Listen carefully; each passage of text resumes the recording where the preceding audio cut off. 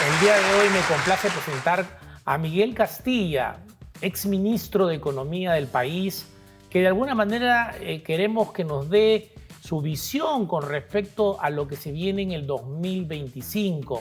Para nosotros, a nivel del cliente, es un placer tenerte acá en este programa. Muchas gracias, Marco Antonio. Un gusto estar acá. Igualmente. Miguel, la perspectiva para el 2025. Creo que terminamos el 2024 con un año mejor de lo que habíamos terminado el 2023, que había una recesión en ese entonces, y ahorita tenemos con un poco más de crecimiento. ¿Esta ola, esta viada, alcanza para tener un buen 2025? Ojalá porque, a ver, si vemos los datos del último trimestre, hemos venido increciendo, ¿no? Y el último trimestre va a haber un crecimiento el más alto quizás en varios trimestres. ¿Y esto responde a qué? Responde al hecho de que la inflación bajó finalmente y eso ha hecho que sectores que son, digamos, intensivos en la capacidad de consumo se esté inyectando actividad económica, comercio, servicios. Ha habido una recuperación en los salarios, en el mercado laboral, eso es positivo. Vemos una recuperación importante en los sectores primarios, la pesca se recuperó finalmente, el agro también, pese a que hay ciertas dudas de la continuidad de la sequía que ha afectado a gran parte del país. La construcción, que es un sector muy sensible, está creciendo bien porque la obra pública está creciendo bien. Y la minería, digamos que ha sido siempre el soporte del país, no ha contribuido el 24 tanto como en el pasado, pero sigue siendo un sector muy importante y con un pronóstico positivo hacia futuro. Entonces, si uno ve estos elementos, estamos en un buen año. La pregunta es si es que la inversión privada va a crecer, y ahí viene la parte menos positiva, porque la inversión privada este año va a crecer exiguamente en torno a 1 o 2%. Y para generar, digamos, mayor actividad económica, trabajo formal, se requiere una inversión privada que crezca a tasas mayores. Entonces la pregunta es si es que el gobierno crea las condiciones en un año preelectoral para que la inversión privada, digamos, despegue. Hay muchísimas oportunidades, pero va a depender de esa percepción de riesgo que tengan los inversionistas de apostar capital. Y ahí vienen las interrogantes respecto a si va a continuar esta viada. La mayoría de pronósticos apunta a un crecimiento similar, quizá un poco por debajo de lo que vamos a crecer el 24, 3,2 es el consenso. El año entrante entre 3 y 2,8, más o menos parecido. Y un nuevo factor que ha aparecido, Marco Antonio, es el mundo, porque acordémonos que el mundo venía recuperándose y ahora tenemos en poco un presidente que se va a inaugurar en Estados Unidos. Que es proteccionista de alguna manera, ¿no? Que es proteccionista, y ese proteccionismo afecta, digamos, el crecimiento mundial, eventualmente el crecimiento de China, y China es nuestro principal socio comercial. Exacto. Entonces ahí tenemos un factor de incertidumbre, pero vamos que es un buen año y ojalá que continúe. Ahora, si tú estuvieras en los zapatos del empresariado, de hecho, hace unos meses estuvimos en el CADE y justamente también te entrevistamos.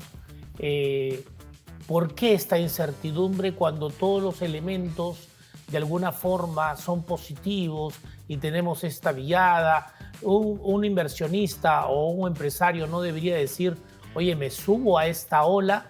¿Por qué esta incertidumbre o este pesimismo tal vez? Es un poco paradójico porque hay una especie de, digamos, los resultados materiales muestran una recuperación, pero la expectativa es ciertamente pesimismo.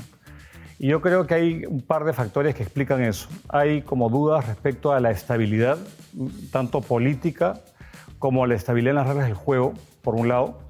Y por otro lado, hay inquietud respecto a la seguridad, tanto jurídica como personal. Entonces, rápidamente, si tú ves todas las reglas que han venido cambiando por el Congreso, no se sabe mucho qué esperar hacia futuro, habida cuenta que es un año preelectoral y que hay todo el incentivo de continuar con políticas antitécnicas que pueden aumentar el riesgo regulatorio.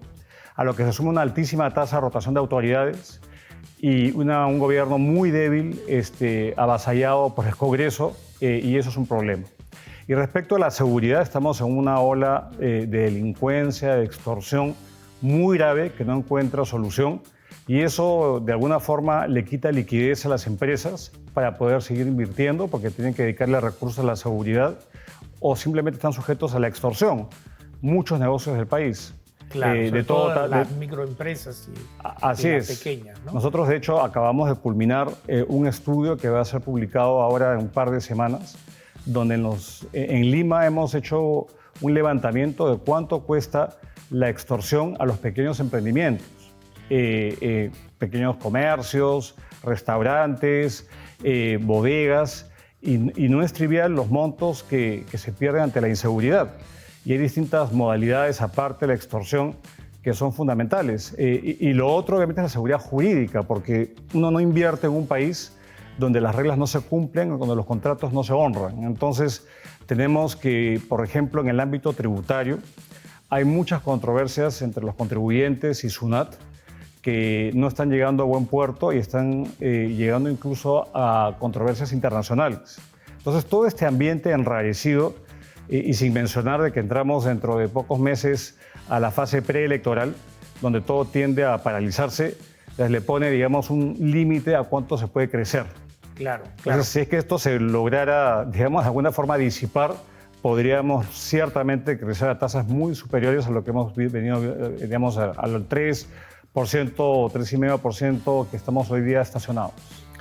Claro, lo que podríamos de alguna manera mirar con el diagnóstico que nos has hecho, que por un lado es positivo, pero por otro lado también es como que hay alguien que está acelerando con freno en mano, por decir así, o sea, no nos deja avanzar. Podríamos decir de que si tuviéramos un buen gobierno estaríamos creciendo como 6% aproximadamente, ¿no? O sea, que son los porcentajes que necesitamos para reducir la pobreza. Porque vamos más o menos entre un 28-29% de índice de pobreza, que es muy alto. Y si no crecemos en un ritmo de 6%, es muy difícil reducirla entre 2, 3 que crecemos todos los años, ¿no? Correcto. Hay un cálculo que se estima que más o menos para absorber la mano de obra que entra todos los años a trabajar los jóvenes que se gradúan de la universidad, de los institutos, se requiere un crecimiento entre 4 y 4,5% como mínimo, solamente para absorber esa mano de obra. De lo contrario, se va pues al subempleo, al trabajo inadecuado. Y si lográramos disipar estas fuentes de incertidumbre, podríamos crecer ciertamente no al 3, sino al 5 como mínimo. El costo de financiamiento ha bajado y nuevamente los bancos están comenzando nuevamente a prestarle a las empresas luego de un año complejo de incremento en la morosidad. Entonces hay elementos objetivos para plantear un crecimiento mayor, pero hay nubarrones. Ahora, Miguel, con todo lo que tú mencionas, casi como que hay una cierta impotencia de decir, tenemos tantas condiciones para poder definitivamente salir adelante. ¿Qué hacer en lo político? ¿Qué hacer desde el punto de vista de gente como tú, con consultoras, con gente empresaria? ¿Es llevarle al gobierno la solución? ¿Es tratar de hacer una especie de mesa de técnicos para poder realmente plantear un plan estratégico para el 2025 y posiblemente más años? Porque cada año nos reinventamos, no hacemos un plan de mediano y largo plazo país, ¿no? ¿Por qué en el país tenemos que estar con planes prácticamente anuales y peores si es que los gobiernos cambian hasta de rumbo de dirección política? Lo que pasa, Marco Antonio, es que creo que hay mucha improvisación porque no hay partidos políticos reales. Tenemos un problema muy severo de fragmentación política. Se dice que podríamos llegar a tener más de 60 partidos inscritos. Eso es una locura. Locura, total. Y obviamente esos partidos pues, no tienen la capacidad de tener pues, programas y hay esfuerzos de los think tanks, de nuestra institución y de otros, que estamos sumando esfuerzos de plantear hojas de rutas, de plantear soluciones concretas a lo que se puede hacer, porque los problemas ya son conocidos en el país. Claro, diagnóstico tenemos para regalar. Correcto, y lo que falta es que haya efectivamente un shock de gestión pública y que se dé cuenta de que el sector público necesita obviamente a un sector privado dinámico, que se le facilite el entorno, que se le habilite, digamos, un entorno con buena infraestructura, con seguridad, con predictibilidad en las reglas de juego.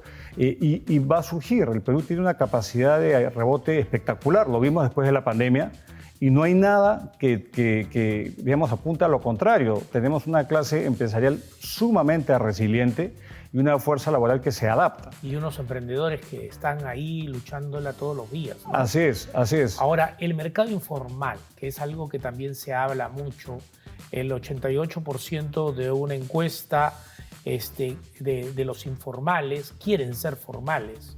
El problema es que, uno, no saben hacerlo, y dos, no sienten que no tienen la ayuda y que no los beneficia. Esto de alguna manera ayudaría también a una reactivación económica, porque los informales no pagan bien, los empleados no tienen muchos derechos. Sin embargo, tal vez es la informalidad la que no nos ha permitido caer. De alguna forma inyecta algo de consumo. Sí, es una válvula de escape, ciertamente. Pero no sana.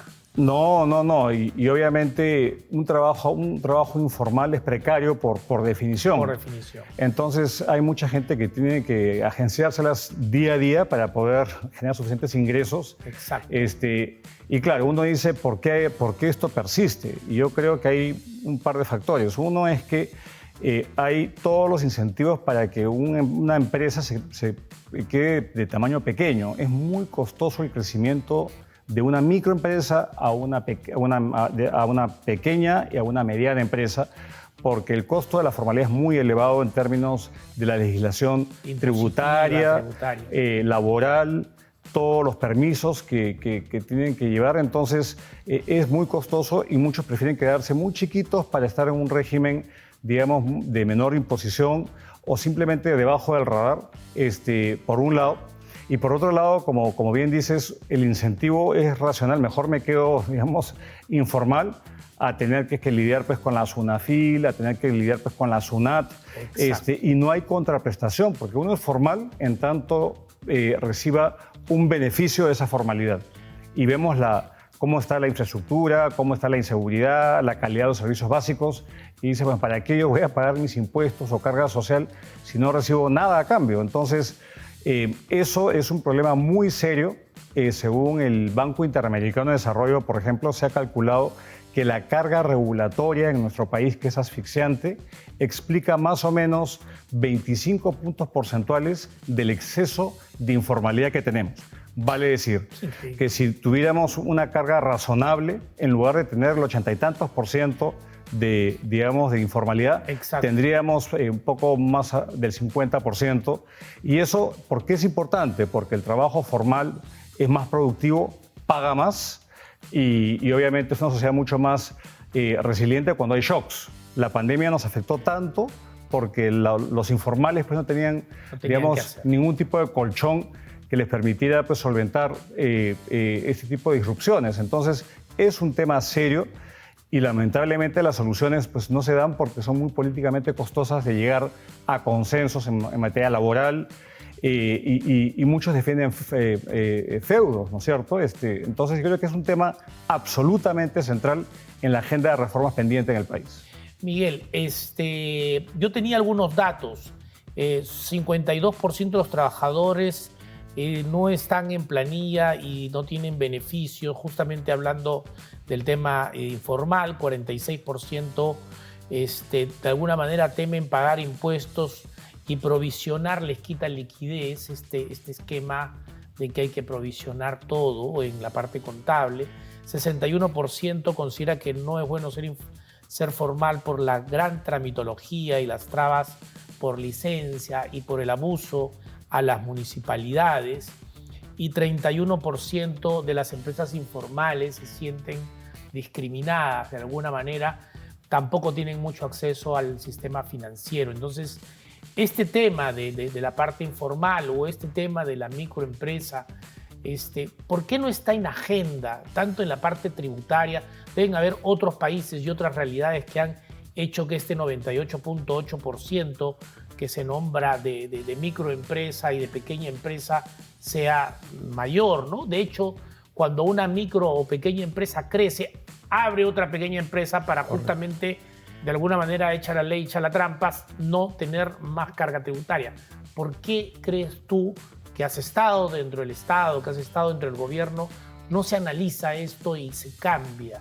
No, se ha analizado y de hecho los últimos par de años se han presentado reformas para simplificar el régimen tributario, el pago de impuesto a la renta de la pequeña empresa. En la actualidad tenemos 4 regímenes que afectan. El simplificado, el RUS, el especial, el RER, hay uno MIPE y el general. Y son demasiados regímenes que son complejos. Uno tiene un pago flat y después va aumentando en complejidad. No solamente la tasa, sino los requisitos contables que se piden. Entonces, el planteamiento del gobierno es una recomendación del Fondo Monetario Internacional y de otros, es simplificar los regímenes. Tenemos muchos regímenes, tenemos uno general y uno que paulatinamente converja al general, pero el Congreso no ha querido. Se presentaron esto en pedido de facultades, el Congreso se lo negó al Ministerio de Economía y Finanzas, porque eso es absolutamente clave, adecuar la legislación a la capacidad de la pequeña empresa y sacar estos incentivos perversos, que es que yo prefiero quedarme chico, porque claro, si me quedo chico, me quedo en un régimen de baja imposición. Exacto. O creo otra empresa de manera ficticia para simplemente no pagar impuestos. Entonces te ayudo en un plazo de 5 años, bueno, en un plazo determinado, para que cuando estés mediano tengas la solidez de poder... Correcto. Entonces hay un tema de simplificación que de hecho en el último CADE que hiciste mención, Marco Antonio, el Banco Mundial, Norman Loaiza, mencionó un nuevo índice que se llama Business Ready, que sustituyó al Cost of Doing Business del pasado, donde mide distintas, fases del ciclo de la empresa desde que nace hasta que muere. Y en el pago de impuestos estamos muy rezagados dentro de los 50 países evaluados.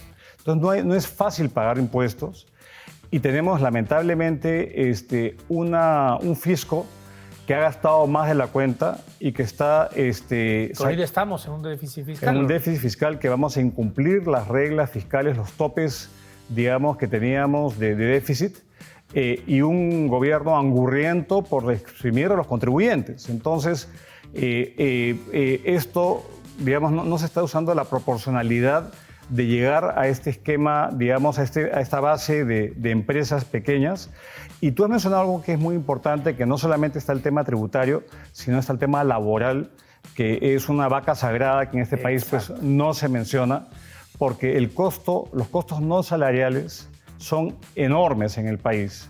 Miguel, me quedaría varios programas, te quiero invitar en una próxima oportunidad porque me han quedado un montón de puntos por preguntarte, pero de alguna manera, solamente como resumen, tenemos un tema de crecimiento donde deberíamos aprovecharlo, pero tenemos un tema de inseguridad, inestabilidad política, sistema judicial, baja productividad, a nivel de inversión privada, como dices tú, tramitología, reglas de juego claras, inversión pública, ¿no? O sea, hay una serie de elementos que necesitamos arreglar. Tras de cámaras yo te decía, ¿por qué no podemos tener mejores talentos dentro del Estado? ¿Por qué no podemos tener un ejemplo como el BCR que tiene independencia? Y por supuesto sabemos que las instituciones del Estado no tienen esa independencia, pero hemos dejado al país a gente que no está preparada para poder gobernarnos. ¿Qué consejo darías a la ciudadanía y a los televidentes que nos están viendo para poder realmente tener un escaneo en las elecciones y que definitivamente el rol de comunicadores, que somos los que hacemos un programa, pero también las redes sociales, puedan escanear a cada candidato, a cada congresista, y que la gente pueda votar con una mayor conciencia y no pasar las penurias que tenemos con estos gobernantes que definitivamente no nos dejan avanzar? No, ciertamente el capital humano que sirve en el Estado es fundamental porque son decisiones que toma gente que está capacitada o no está capacitada o que entra a servir al Estado o a servirse del Estado. Entonces, es importante adecentar la administración pública, que hay gente muy buena que trabaja ahí, pero hay mucho desincentivo en términos de una cultura de persecución a muchos que toman decisiones. Ahí la Contraloría General de la República debe replantear cómo combate la corrupción sin paralizar la toma de decisiones, evitar que haya tanta rotación de autoridades, porque eso lo que hace es que paraliza muchos sectores que son claves. Y un país que no tiene una administración pública, digamos, meritocrática, que rinda cuentas, pues no, es una sociedad que no se desarrolla. Y creo que para cerrar, el punto que tú dices es absolutamente fundamental. No podemos ser pasivos, tenemos que informarnos de cuáles son los programas, los candidatos que están planteando, qué están planteando, si son viables esas propuestas. Hay muchas fuentes de información hoy en día, porque lo peor que podemos hacer es repetir, lamentablemente, esta casi década perdida, habiendo tantas oportunidades y recordando 3 temas que son fundamentales. Somos un país que es estable macroeconómicamente hablando, es un país que se ha alejado del proteccionismo que cunde hoy día en el mundo, y tenemos un marco institucional desde la propia Constitución que favorece las libertades económicas, y eso es una gran ventaja que tenemos que capitalizar. Entonces, oportunidades hay, lo que necesitamos es buen liderazgo y equipos técnicos que acompañen a ese liderazgo a futuro, y ojalá eso se dé.